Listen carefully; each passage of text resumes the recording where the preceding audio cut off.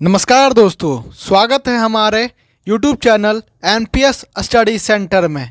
आज हम एक नए सेशन के साथ आपके साथ जुड़ रहे हैं, जो कि मैं आपके लिए एकदम लेटेस्ट और रामबाण कहे जाने वाले एक बुक है को मैं आपके सामने लेकर प्रस्तुत हुआ हूं, जो कि आपके रेलवे का ही प्रीवियस ईयर क्वेश्चन को एक जगह एकत्रित किया गया है। इसके साथ ही साथ ये आपको टॉपिक वाइज भी मिलेगा, टॉपिक भी दिया आपको जाएगा, ठीक है, ताकि आपका जो है बेसिक भी अच्छे से कवर हो सके। साथ ही साथ आप जो है प्रीवियस ईयर क्वेश्चन को भी देख सके, ताकि जो क्वेश्चन पूछे गए हैं एनटीपीसी, रेलवे या एलपी या टेक्नीशियन या ग्रुप डी या चाहे आपका आरपीएफ एसआई ही क्यों ना हो, ठीक है, तो ये सभी आपको एक निचोड़ करके एक ही वीडियो में एक वीडियो नहीं, माफ़ कीजिएगा, ताकि आपको जो है वीडियो बाय वीडियो आपको मिलता रहे, ठीक है। ये मेरा आपका पहला सेशन है इसका, जो कि मैं इसमें लाया हूँ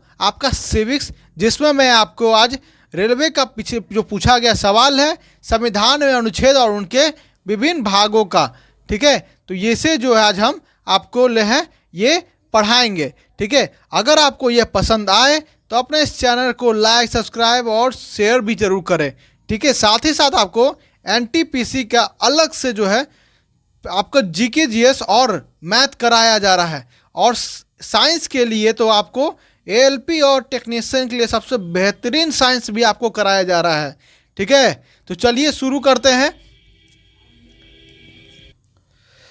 तो हमारा पहला क्या कहता है, भारतीय संविधान की वह अनुसूची जिसमें दल बदल विरोधी कानून संबंधी प्रावधान सम्मिलित है। क्या बोला है कि भारतीय संविधान की वह अनुसूची जिसमें दल बदल की कानून संबंधी प्रावधान सम्मिलित है। अनुसूची की बात करें तो पहले तो ये हमारे टोटल अभी कितने हैं, 12 हैं। शुरुआत में कितने थे, 8 थे, अब कितने हो गए, 12 हो गए। और 21 अनुसूची में जो है हमारे दल बदल का कानून है। तो ये जो दल बदल है 1985 में आया था, जिन्हें लाए थे कौन, तो राजीव गांधी जी लाए थे। कौन लाए थे, तो राजीव गांधी जी लाए थे, ठीक है। तो ये किस अनुसूची में हो गया था, तो ये 10वीं अनुसूची में इसे डाला गया था। किस में, तो 10वीं अनुसूची में, ठीक है। चलिए आगे बढ़ते हैं। नेक्स्ट प्रश्न आपका कहता है कि देखिए ये पहली बार की, देखिए ये आपका जो है आरआरबी और ग्रुप डी का जो प्रश्न है, ठीक है, आरआरबी ग्रुप डी का यह प्रश्न है, ठीक है। मैंने कहा था ना आपको कि ये प्रीवियस ईयर है, ठीक है। चलिए आगे देखते हैं। नेक्स्ट प्रश्न आपका क्या कहता है, नेक्स्ट प्रश्न है आपका कि किस अनुच्छेद के प्रावधान के तहत लोकसभा और राज्यसभा के संयुक्त बैठक को जो ना राष्ट्रपति बुला सकते हैं।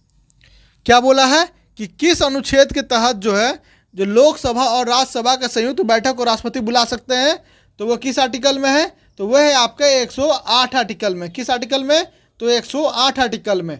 अब 108 आर्टिकल में है, तो ये ध्यान देखिएगा कि जब लोकसभा और राज्यसभा की संयुक्त बैठक होती है तो इसकी अध्यक्षता कौन करती है, ये सबसे अच्छा प्रश्न है। तो ये कौन करता है आपके, तो आपके करते हैं लोकसभा के ही आपके स्पीकर। कौन करते हैं, तो लोकसभा के स्पीकर जो हैं इसी के अध्यक्षता करते हैं। कौन करते हैं, तो लोकसभा के स्पीकर। लोकसभा के स्पीकर कौन है, तो ओम बिरला जी। ओम बिरला जी को दोबारा जो है इसे चुना गया है, ठीक है। चलिए आगे देखते हैं। नेक्स्ट प्रश्न है आपका जो कि पूछा गया है, ग्रुप डी का ही प्रश्न है। भारत के संविधान में कितनी अनुसूचियां हैं। देखिए मैंने आपको ऊपर ही बताया था कि कितनी अनुसूचियां हैं, तो यहाँ है हो गई हैं 12 अनुसूचियां। कितने, तो 12 अनुसूचियां, ठीक है। नेक्स्ट है आपका क्या कहता है, नेक्स्ट कहता है आपका कि अंगीकृत किए जाने वाले समय, क्या बोले हैं, अंगीकृत किए जाने वाले समय। देखिए ये एनटीपीसी 17 का 22 का क्वेश्चन है, ठीक है, और ये 21 में भी पूछा गया है। चलिए देखते हैं आगे। तो भारतीय संविधान सबसे लंबा संविधान था, जिससे मूलतः कौन सा है, कितने हैं, तो टोटल कितने हैं, तो 395 अनुच्छेद है। टोटल कितने हैं, तो 395 अनुच्छेद है। अभी की बात करें तो टोटल आपके जो है 180 प्लस जो है आर्टिकल हो चुके हैं। कितने हैं, तो 480 प्लस आर्टिकल हो चुके हैं। लेकिन अभी भी माना जाए तो पूरी तरह से सिर्फ अभी 395 आर्टिकल पर ही चल रहा है, ठीक है। चलिए आगे बढ़ते हैं। नेक्स्ट आपका कहता है संविधान के अनुसार वह अनुच्छेद जिसके तहत जीवन की सुरक्षा और व्यक्तित्व स्वाधीनता प्रदान की गई है। क्या कहा गया है?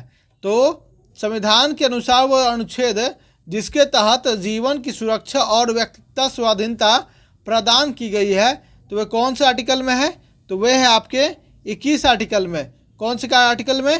तो 21वें आर्टिकल में कहता है कि आपके जो है जीवन की सुरक्षा और व्यक्तित्व की स्वाधीनता जो है प्रदान की गई, आपको जीने की मतलब कि क्या बोलते हैं, कानूनी हक है। ठीक है, चलिए आगे देखते हैं। नेक्स्ट प्रश्न है आपका कि भारतीय संविधान की वह अनुसूची जिसमें 22 भाषाओं का उल्लेख किया गया है, तो वह कौन सी अनुसूची के अंदर आता है? तो वह आता है आपके 8वीं अनुसूची। कितने? तो 8वीं अनुसूची में जो है आपकी कितनी भाषाएं हैं? तो 22 भाषाओं को जो है यहाँ पे जो है ना मान्यता दी गई है। भारत में अभी अगर जाने तो करीब जो है 5000 प्लस भाषाएं बोली और पढ़ी जाती है, लेकिन उनमें से सिर्फ जो है 22 भाषाओं को ही अभी जो है सिर्फ मान्यता दी जा चुकी है। ठीक है, चलिए आगे देखते हैं। नेक्स्ट है आपका कि वह राज्य जिसको अनुच्छेद 371A के तहत विशेष राज्य का दर्जा प्रदान किया गया है, तो वो कौन सा राज्य है? तो वो कौन सा राज्य है? तो वह आपका है नागालैंड। कौन सा राज्य है? तो नागालैंड। नागालैंड ही एक ऐसा राज्य है जहाँ पर जनसंख्या की जो है निगेटिव दिखाई दी है, मतलब कि यहाँ बढ़ोतरी की बजाय यहाँ कमी हुई है जनसंख्या में।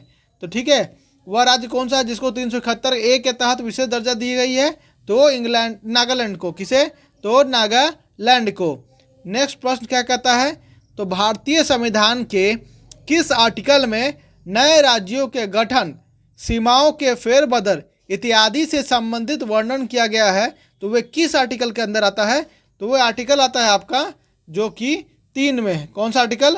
तो 3 में जो है ये कहता है कि संसद के पास यह हक है कि वह बिना राष्ट्रपति के परमिशन लिए बिना वह जो है किसी भी देश को अपने में मिला सकता है, किसी राज्य का गठन कर सकता है, किसी सीमाओं में फेरबदल कर सकता है। तो ठीक है, ये किस आर्टिकल में कहा गया है? तो ये आर्टिकल 3 में कहा गया है। ठीक है, चलिए आगे देखते हैं।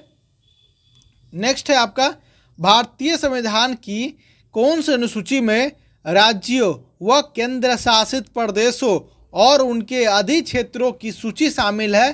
तो वह किस अनुसूची के अंदर आता है? तो वह आता है आपके पहली अनुसूची में। किसके? तो पहली अनुसूची में आता है। कौन सा अनुसूची? तो पहली अनुसूची में आता है। ठीक है, फर्स्ट अनुसूची में। नेक्स्ट है आपका संघ सूची, राज्य सूची और समवर्ती सूची भारतीय संविधान को किस अनुसूची में शामिल किया गया है? तो किस अनुसूची में शामिल किया गया है? तो वे आते हैं 7वीं अनुसूची में। किस में? तो 7वीं अनुसूची में जो है संघ सूची, राज्य सूची और समवर्ती सूची को किस में रखा गया है? तो 7वीं अनुसूची में।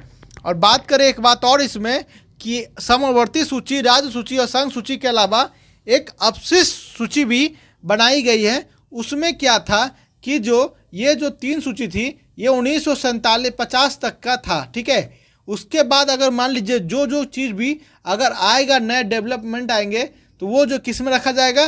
तो वो अपशिष्ट सूची में रखा जाएगा। जैसे आपका जो हो गया इसरो हो गया सबसे बड़ी बात।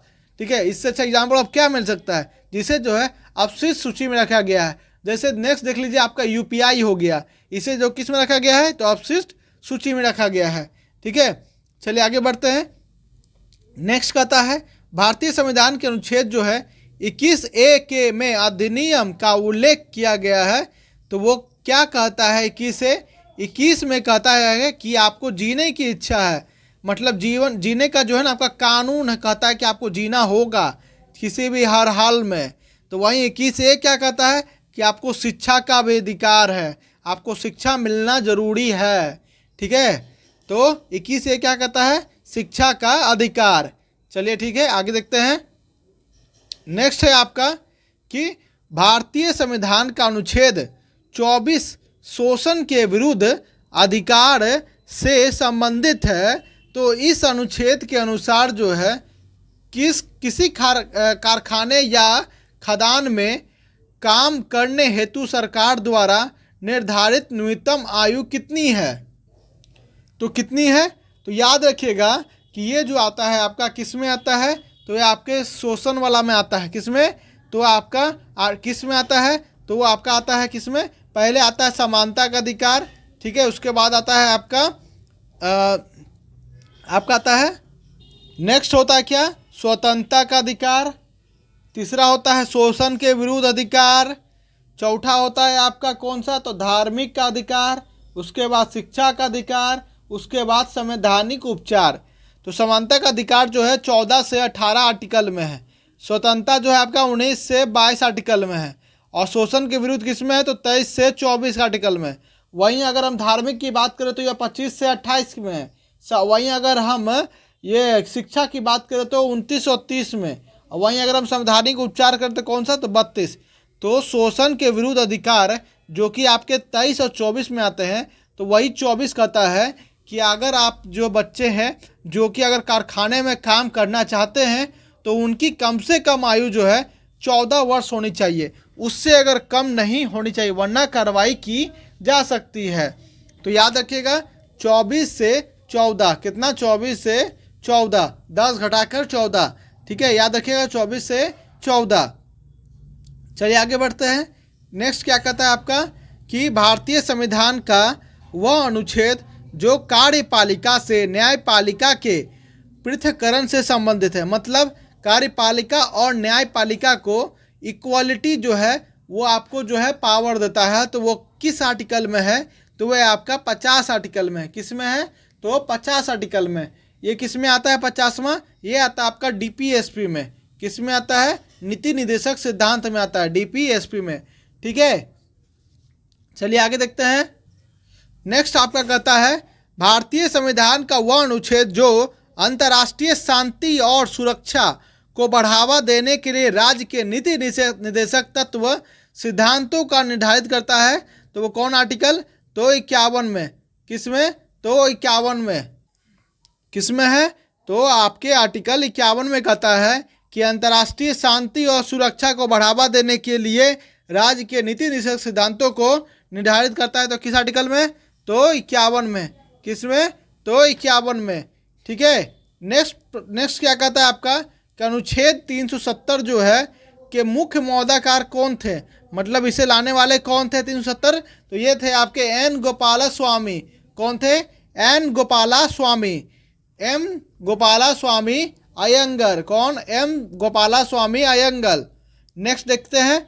नेक्स्ट है आपका कि भारतीय संविधान के किस आर्टिकल में कर्मचारी के लिए निर्वाह, मजदूरी आदि का प्रावधान निर्देशित किया गया है, तो वह आर्टिकल 43 में। किस में, तो 43 में कहा गया कि कर्मचारी के लिए निर्वाह, मजदूरी आदि का जो है प्रावधान किया गया है, ठीक है।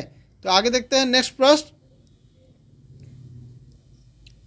नेक्स्ट कहता है आपका कि भारतीय संविधान के भाग 4 का अनुच्छेद 43 संबंधित है किससे, क्या बोला है, तो भारतीय संविधान के भाग 4 जो है अनुच्छेद 43 किससे संबंधित है, तो सहकारी समितियां से। अभी मैंने ऊपर देखा 43 का, तो सहकारी समितियां से। किससे, तो सहकारी समितियां से संबंधित है। आगे देखते हैं। संविधान में केंद्र और राज्यों के बीच शक्तियों के विभाजन को दर्शाया गया है, तो किस में दर्शाया गया है, किस सूची में मतलब आपको किस शेड्यूल में या किस अनुसूची में दर्शाया गया है, तो वह है आपका 3rd में। किस में, 3rd में। क्या है, केंद्र और राज्यों के बीच की शक्तियों का विभाजन दर्शाया गया किस में, तो 3rd वाले में, ठीक है। नेक्स्ट देखते हैं आपका अनुच्छेद 289A क्या बोला है, अनुच्छेद 289A संवैधानिक निकाय से संबंधित है, तो किस संवैधानिक निकाय से संबंधित है, तो वह है आपका वस्तु एवं सेवा कर परिषद से। किससे, तो वस्तु एवं सेवा कर परिषद से, ठीक है। चलिए आगे देखते हैं। नेक्स्ट है आपका वह अनुच्छेद जो भारतीय संसद को जातियों, उपजातियों एवं जनजातियों की अनुसूची जातियों की सूची में शामिल करने और उससे बाहर निकलने की शक्ति प्रदान करता है, तो वह किस आर्टिकल में आता है, तो वो किस आर्टिकल में आता है, वो 341 के आर्टिकल में आता है। क्या बोला है, एक बार फिर पढ़ते हैं। वह अनुच्छेद जो भारतीय संसद को जातियों, उपजातियों एवं जनजातियों की अनुसूचित जातियों की सूची में शामिल करने या उससे बाहर करने की शक्ति जो है प्रदान देता है। मतलब आप कोई भी कास्ट के हों, कोई भी आप जो है अंदर कोई भी, मतलब जैसे होता है ना कि मान लीजिए आप हिंदू है, हिंदू के अंदर भी राजपूत होता है, या जैसे कि जनरल होता है, ओबीसी होता है, एससी होता है, एसटी होता है, इसके अंदर भी जनरल के अंदर होता है आपका, जैसे कि हो गया आपका राजपूत हो गया, बड़े बड़े चीज़ हो गए, मतलब नाम हो गए, ठीक है, ब्राह्मण हो गए, वैसे ही ओबीसी में बहुत सारे चीज़ आते हैं, वैसे ही आपके जो है आपके एससी एसटी में भी आते हैं। अब उसमें भी आप क्या बोलते हैं कि जाति हो गया कौन, ब्राह्मण। अब ब्राह्मण के अंदर भी आपके बहुत से आते हैं, तो उसको क्या कहते हैं, उपजाति होते हैं। तो इस सब के मान लीजिए आप किसी एक चीज़ में आते हैं और सरकार जो है उस जाति या उपजाति को है उसको अपग्रेड करना चाहती है या उसे डिग्रेड करना चाहती है, वह किसी चीज़, मतलब डिग्रेड कर रहे हैं, सॉरी माफ़ कीजिएगा, कि उसे जो है किसी चीज़ में आगे क्या बोलते हैं दूसरे में डालना चाहती है, तो ठीक है वो कर सकती है। तो किसके पास शक्ति है ये सारी शक्तियाँ किसके पास, तो संघ के पास है, ठीक है। किसके पास शक्ति है, तो भारतीय सांसद या संघ के पास शक्ति है, ठीक है। चलिए आगे देखते हैं। नेक्स्ट प्रश्न क्या कहता है कि भारतीय संविधान का अनुच्छेद 72, क्या बोला है, भारतीय संविधान के अनुच्छेद 72 जो है किससे संबंधित है, तो वो आपके हैं राष्ट्रपति की क्षमा करने की शक्ति से संबंधित है। किसमें, तो राष्ट्रपति की क्षमा करने की शक्ति से संबंधित है। कौन सा आर्टिकल, तो 72। अब देखिए कि जैसे कि हो गया कि मान लीजिए कि आपको कोई सज़ा दी गई कोर्ट के द्वारा, ठीक है, मान लीजिए आपको जो है मृत्यु की सज़ा दी गई, लेकिन आप कहाँ जा सकते हैं, राष्ट्रपति जी से आप अपील कर सकते हैं कि आप जो उनको आपका जो मृत्यु जो मिली गई है उसको आप जो है सिर्फ उम्र कैद में बदल दें। तो राष्ट्रपति का मन करे या ना करे, ये उन पर डिपेंड करता है कि ये आपको जो है वो माफ़ करते हैं कि नहीं करते हैं। माफ़ करके या तो आपको जो है हमेशा क्या बोलते हैं पूरे उम्र भर की कैद हो सकती है, या ना माफ़ करेंगे तो आपकी मृत्यु भी हो सकती है, ठीक है। चलिए आगे बढ़ते हैं। नेक्स्ट आपका कहता है वह अनुच्छेद जिसके अंतर्गत भारत के राष्ट्रपति मृत्यु दंड की सजा पाए हुए व्यक्तियों को क्षमा, फांसी, स्थगन या सजा की कमी कर सकते हैं। अभी मैंने ऊपर बताया तो किस आर्टिकल में है, ये 72 के आर्टिकल में, ठीक है। तो आगे नेक्स्ट क्या था, वह विषय जो समवर्ती सूची के अंतर्गत आता है, तो वो कौन सा विषय है, तो वह आपका 1 जो है ये आपका किस में आता है, तो समवर्ती सूची में आता है। किस विषय में, तो समवर्ती सूची में। अगर हम लिस्ट की बात करें तो संघ के पास कितनी विषय हैं उसमें, तो टोटल उनके पास जो है, एक बात याद रखिएगा कि संघ के पास संघ, राज्य और हो गए आपके समावर्ती, ठीक है। तो ये संघ के पास कितने हैं आपके, तो 97 से 100 के बीच, कितने, 97 से 100। वहीं अगर हम राज्य के पास बात करें तो उनके पास कितने विषय हैं या सूची हैं, तो वो है आपके 66 के आसपास, कितने, 66 के आसपास। वहीं अगर समवर्ती में देखें तो 47 से लेकर 52 के आसपास में। समवर्ती मतलब जो हो गया कुछ राज्य के पास तो कुछ संघ के पास होती हैं सकते हैं, लेकिन राज्य वाला क्या होता है कि यह राज्य के पास होती है, संघ वाला शक्ति है संघ के पास होती है। लेकिन संघ के पास ये शक्ति है कि वो राज्य को भी वाला बदल सकता है या समवर्ती वाला को भी बदल सकता है। मान्य किसका होगा, तो जो संघ बोलेगा वही मान्य होगा, ठीक है। चलिए आगे बढ़ते हैं। नेक्स्ट प्रश्न है आपका कि भारतीय संविधान का वह अनुच्छेद जो अल्पसंख्यकों के हित की रक्षा के लिए संबंधित है, तो वह कौन सा आर्टिकल है, वह आपका 29 है। क्या है, 29 है। 29 आर्टिकल क्या कहता है आपका, 29 आर्टिकल कहता है कि भारतीय जो अल्पसंख्यक है उनकी जो है रक्षा करना जो है ना, वो आपका किस में कहता है, तो वो 29 में कहता है। किस में कहता है, 29 में। साथ ही साथ उसमें और क्या कहता है, शिक्षा भी जरूरी है, संस्कृति भी जरूरी है, और आपके साथ साथ भाषा भी जरूरी है। क्या बोला, अल्पसंख्यकों की रक्षा तो करना है कि उसमें लिखा हुआ है ही, साथ ही साथ उसमें और लिखा हुआ 29 में कि आपको जो है शिक्षा भी जरूरी है। क्या, शिक्षा भी जरूरी है, संस्कृति को बनाए रखनी है अपनी, साथ ही साथ आप अपनी भाषा, मातृभाषा को भी बनाए रखनी है। तो सब किस में है, तो आपका 29 में है। चलिए आगे देखते हैं। नेक्स्ट है आपका भारतीय संविधान के किस आर्टिकल में यह निर्दिष्ट किया गया है कि राज्य ग्राम पंचायतों का संगठन करने के लिए एक कदम उठाया जाएगा। तो किस आर्टिकल में है, तो ये है आपका 40वें आर्टिकल में। किस आर्टिकल में? तो 40वें आर्टिकल में कहा गया है। ठीक है, किस आर्टिकल में? तो 40वें आर्टिकल में कहा गया है कि आपको जो है राज्य ग्राम पंचायतों का जो है ना गठन करना है। और ये जो है ये कब आया था? तो ये 73वां संविधान संशोधन में ये आपका जो है था 24 अप्रैल 1993 को। कब? 24 अप्रैल 1993 को। ठीक है, चलिए आगे देखते हैं। नेक्स्ट आपका क्या कहता है कि भारतीय संविधान का वह अनुच्छेद जो उपाधियों के अंत को सुनिश्चित करता है, तो वो किस आर्टिकल में आता है? वो आपका जो आता है किस में? 18 में आता है। किस में आता है? तो वो आर्टिकल 18 में आता है। किस में आता है? आर्टिकल 18 में। देखिए, जो आपको जो है मान लीजिए कि आपको कोई उपाधि दी गई है, ठीक है, तो उपाधि दी गई है, तो उपाधि को हो सकता है कि भारत के जो संविधान है वो जो है आपके उपाधि को अंत भी कर सकती है।